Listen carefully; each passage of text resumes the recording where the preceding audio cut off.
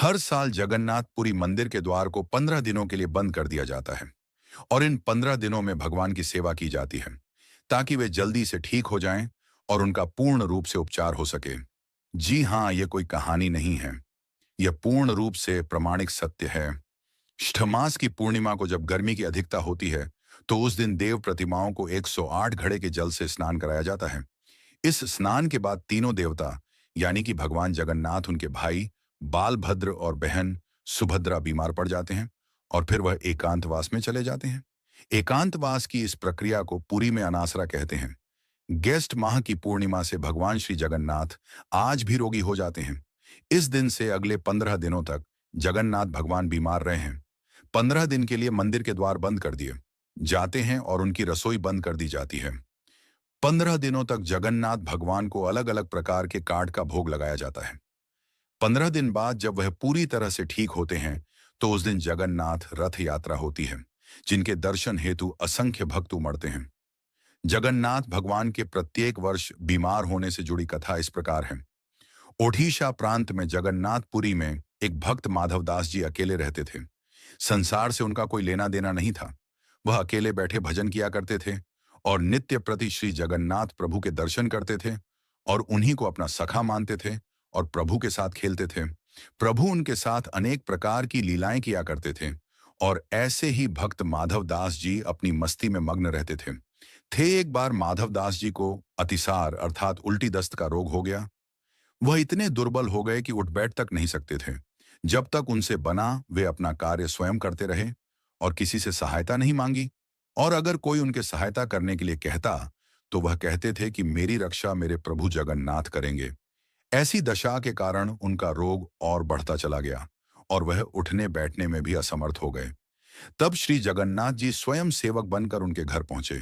अपने प्रिय भक्तों के लिए प्रभु क्या क्या नहीं करते, क्योंकि माधवदास जी का रोग इतना बढ़ गया था कि उन्हें पता भी नहीं चलता था कि कब वह मलमूत्र त्याग देते थे, जिससे उनके वस्त्र और शरीर खराब हो जाते थे और उनके शरीर से दुर्गंध आने लगती थी। उन वस्त्रों को भगवान श्री जगन्नाथ जी अपने हाथों से साफ करते थे और उनके पूरे शरीर को साफ और स्वच्छ करते थे।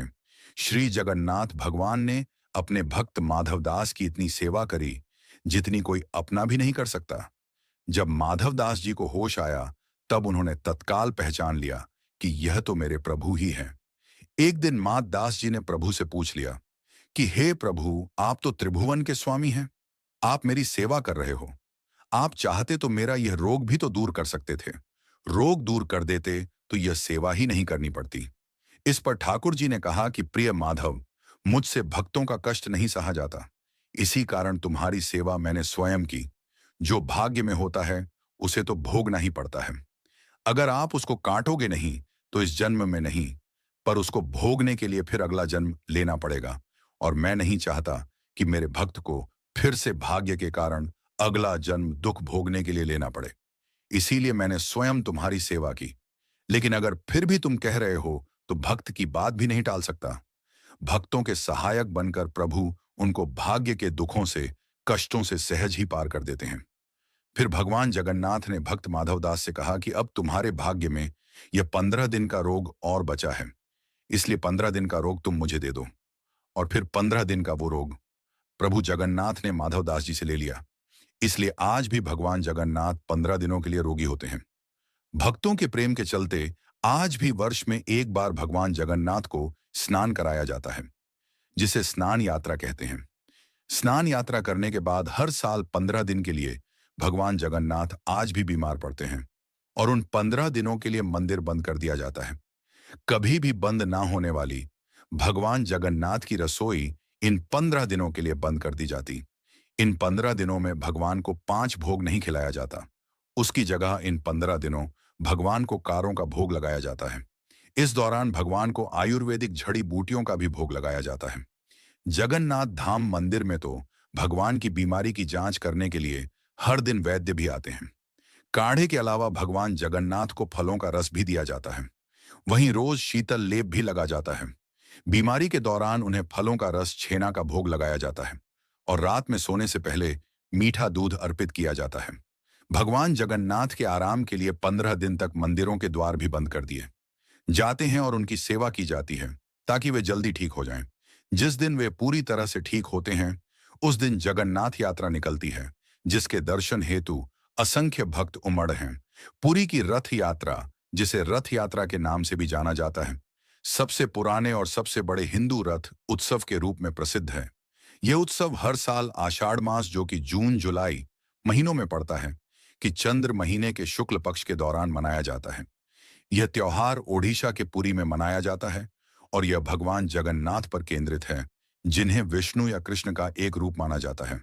भार के दौरान तीन देवताओं भगवान जगन्नाथ, उनके भाई बालभारती, संगीत विशाल लकड़ी के रथों में बैठाकर बड़ा डंडा नामक भव्य मार्ग से गूंचा मंदिर तक ले जाया जाता है।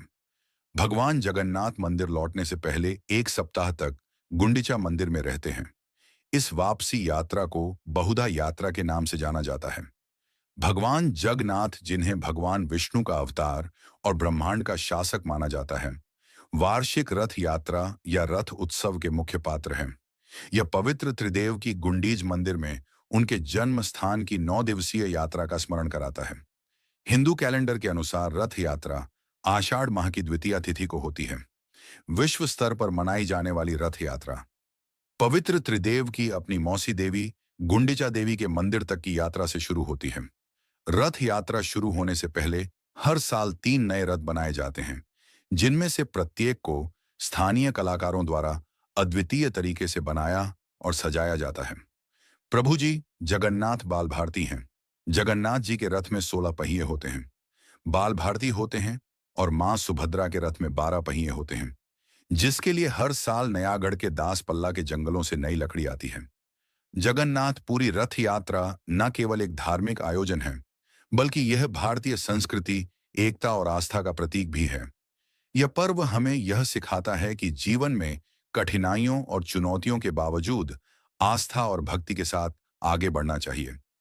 इस यात्रा के माध्यम जगन्नाथ पूरी रथ यात्रा हमें हमारे सांस्कृतिक और धार्मिक धरोहरों की महानता का अनुभव कराती है और हमें यह स्मरण कराती है कि हमारे जीवन में धर्म और आस्था का कितना महत्वपूर्ण स्थान है।